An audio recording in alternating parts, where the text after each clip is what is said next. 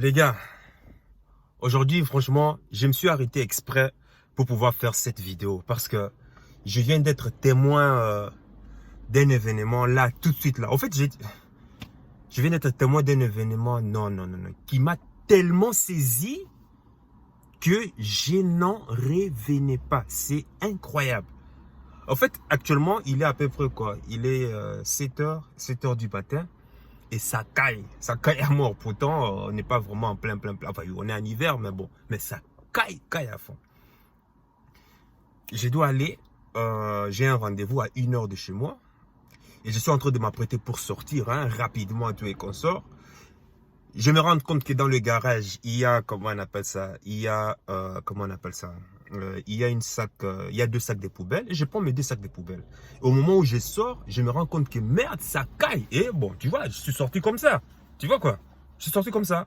Et puis, ben, j'ai dit, mais punaise, et l'hiver là, ça commence fort là, hein. Il faut que je pense maintenant à un foulard en plus de ce que j'ai, quoi.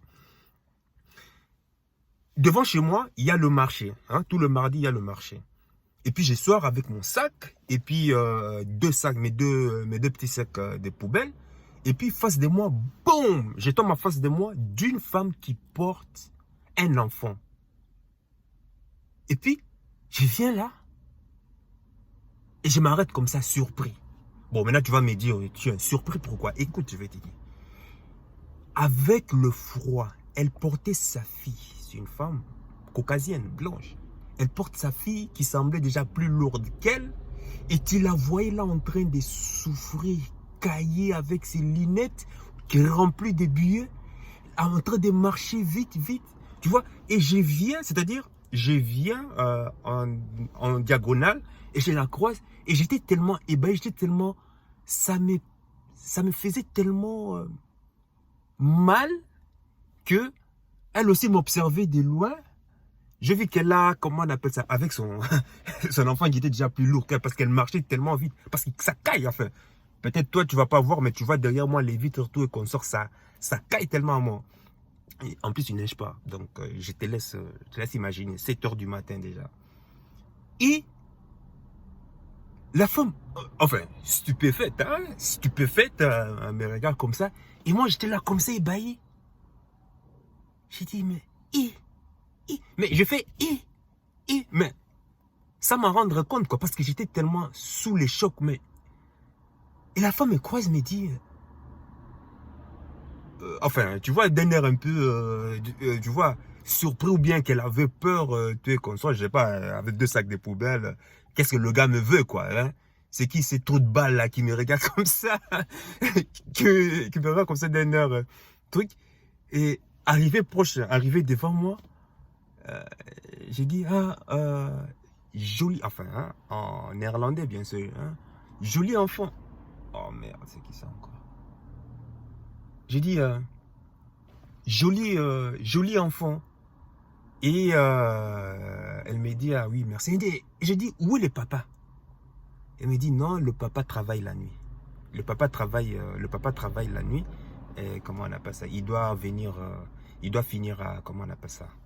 À 7 heures du matin. Et puis le temps de revenir, ça va prendre 1 heure de route.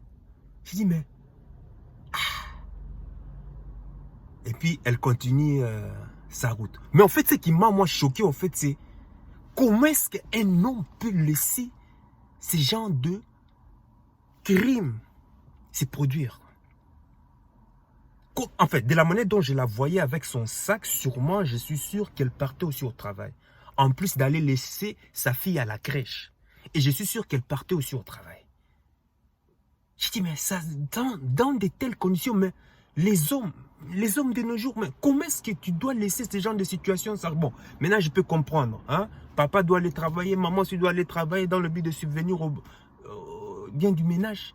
Mais Joe, est-ce que tu as vu la souffrance dont la femme était en train d'encaisser là? Ça, enfin, ça paraissait un geste anodin pour certains, mais ça c'est un crime abominable.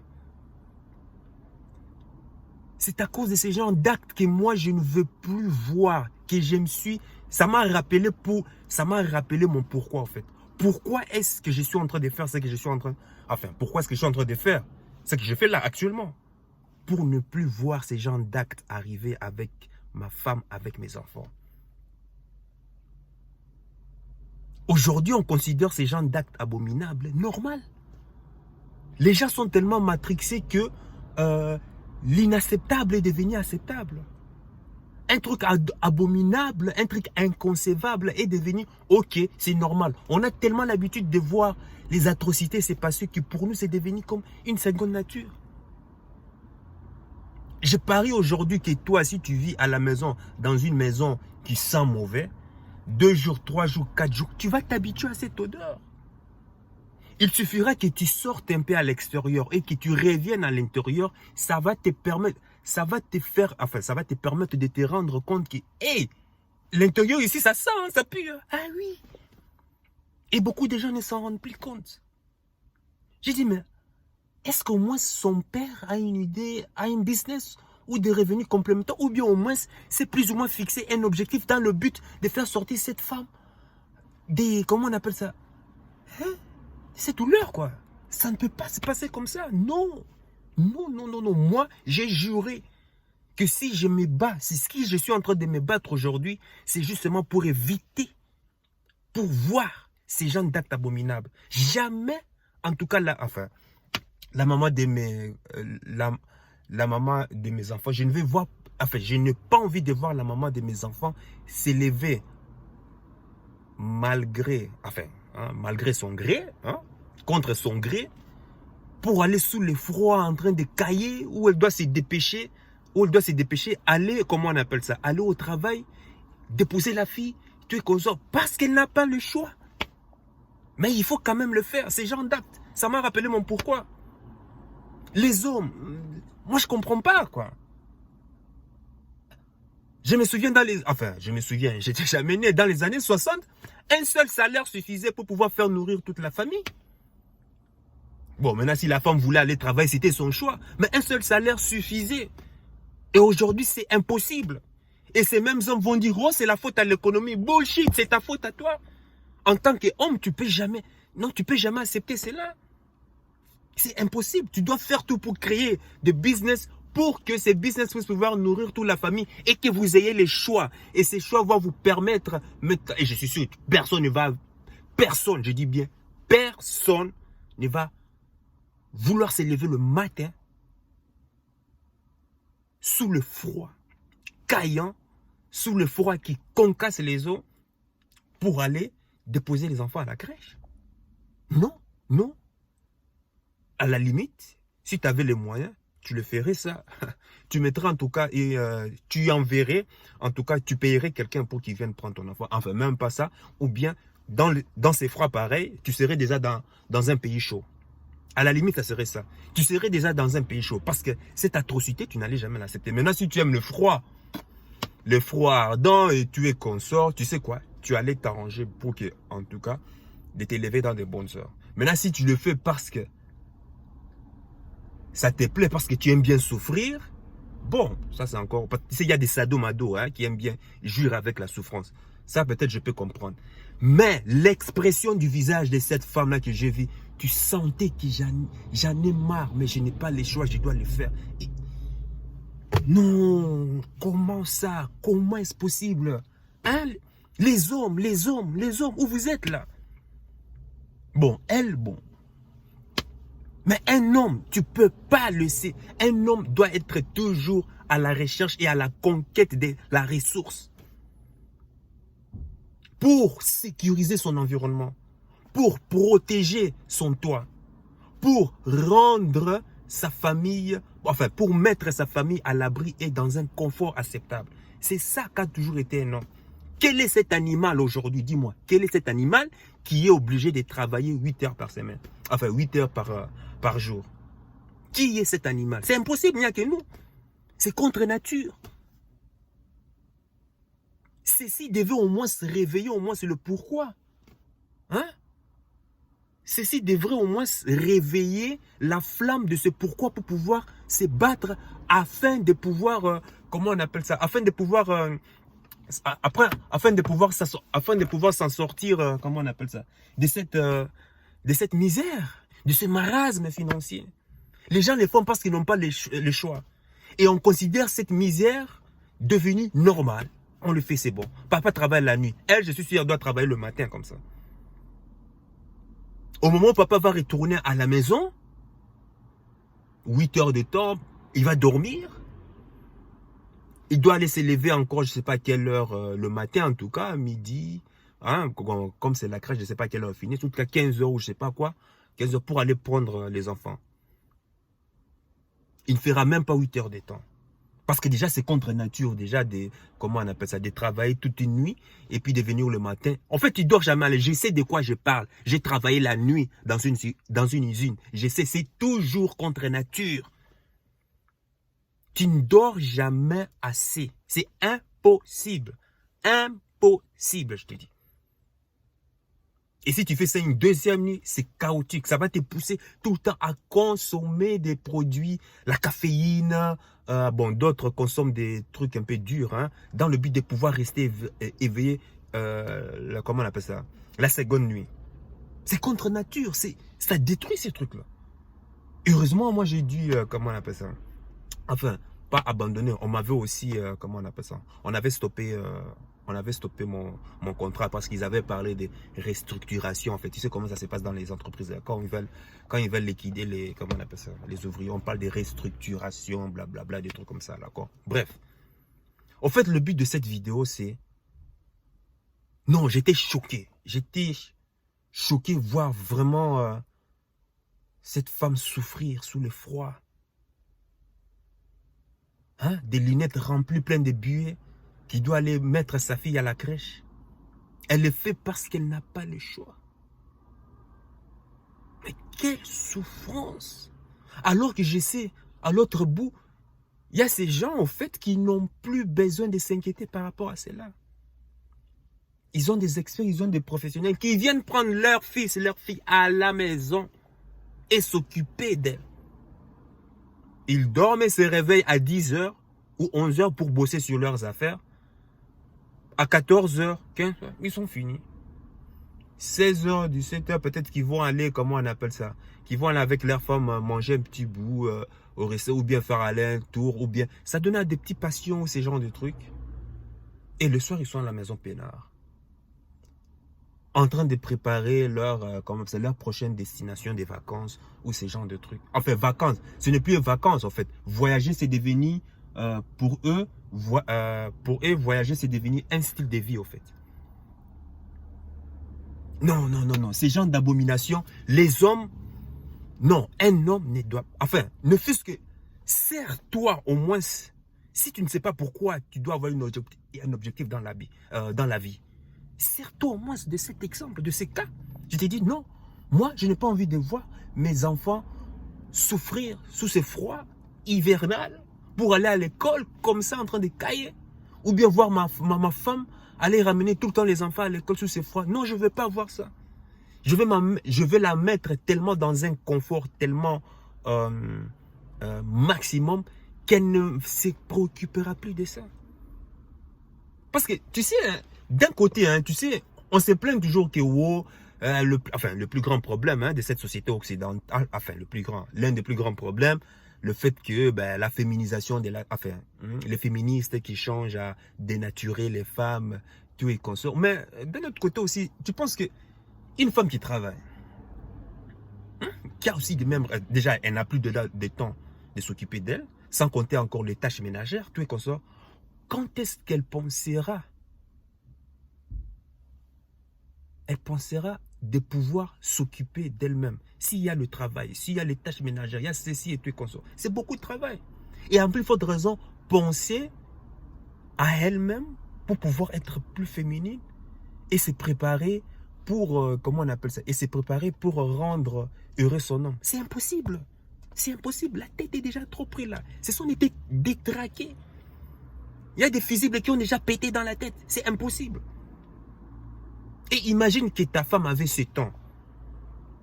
Aujourd'hui, tu avais tellement de revenus que ta femme ne se pose même plus de problèmes financiers ou pour aller à un salon de coiffure ou pour aller ceci. Mais tu verras le temps. Parce que si elle ne se pose même pas ces problèmes, si elle est à l'aise, elle sait que, vraiment notre ménage, franchement, avec ce que le mari apporte, c'est largement suffisant. Ou bien même si elle a business, ah, c'est largement suffisant. Le temps, le peu de temps qui lui sera imparti, qui lui restera, mais elle va le consacrer dans le but de pouvoir toujours, dans le but de pouvoir se préparer à être fraîche, à être, comment on appelle ça, à préparer son corps pour bien accueillir son homme et s'occuper d'elle. Et maintenant, c'est ça aussi, hein. C'est ça. Parce que comment est-ce que tu veux qu'elle se prépare, hein, qu'elle soit bien sexy, bien truc, bien rangé, tu es consort, et puis venir commencer à t'exciter. Mais elle n'a pas le temps. Si le travail déjà lui prend la tête, et sans compter le ménage. Tu vois que c'est compliqué aussi. Donc c'est aussi ta responsabilité. C'est facile de dire oui, les femmes ont changé, les femmes ont changé. Mais il faut voir aussi toi ta responsabilité, hein. C'est pas normal parce qu'un homme doit être toujours à la conquête de la ressource. Je m'en fous de la femme. Si elle veut apporter, contribuer, tant mieux. Mais en tant qu'homme, même si tu ne l'as pas actuellement, mais ne fût-ce que d'avoir ça comme objectif de vie. Rapporter des revenus supplémentaires dans le but de mettre mon ménage à l'abri. Dans le but de mettre ma femme confortable. De telle sorte que elle doit avoir le choix, je dis bien, elle doit avoir le choix, soit de continuer d'aller travailler, soit de ne plus travailler, ou bien simplement de s'adonner à, comment on appelle ça, de s'adonner à ses, comment on appelle ça, de s'adonner à ses passions. Ça doit être comme ça. Mais quand tu n'as pas le choix et que tu te dis, non, je m'y plais bien dans ce que je fais, badadi, badada, c'est faux, c'est faux. C'est simplement parce que tu n'as pas l'opportunité. Avant de décider de ce que tu veux, de ce que tu aimes bien, mets-toi d'abord dans les bonnes conditions. Et maintenant, il décide maintenant, ah ben voilà, qu'est-ce que je vais bien dans la vie? Quel choix je vais avoir? C'est comme ça. Mais quand tu n'as pas les choix, quand tu n'as pas l'opportunité, c'est toujours facile de dire, de juger les autres. De juger que non, moi je me plais bien dans cette condition où je me trouve. Ah oui. Non. Il faut te mettre d'abord dans les conditions où tu as le choix. C'est à partir du moment que tu vas décider, ok, ben je vais toujours continuer à suivre mon, comment on appelle ça? Je vais continuer à suivre...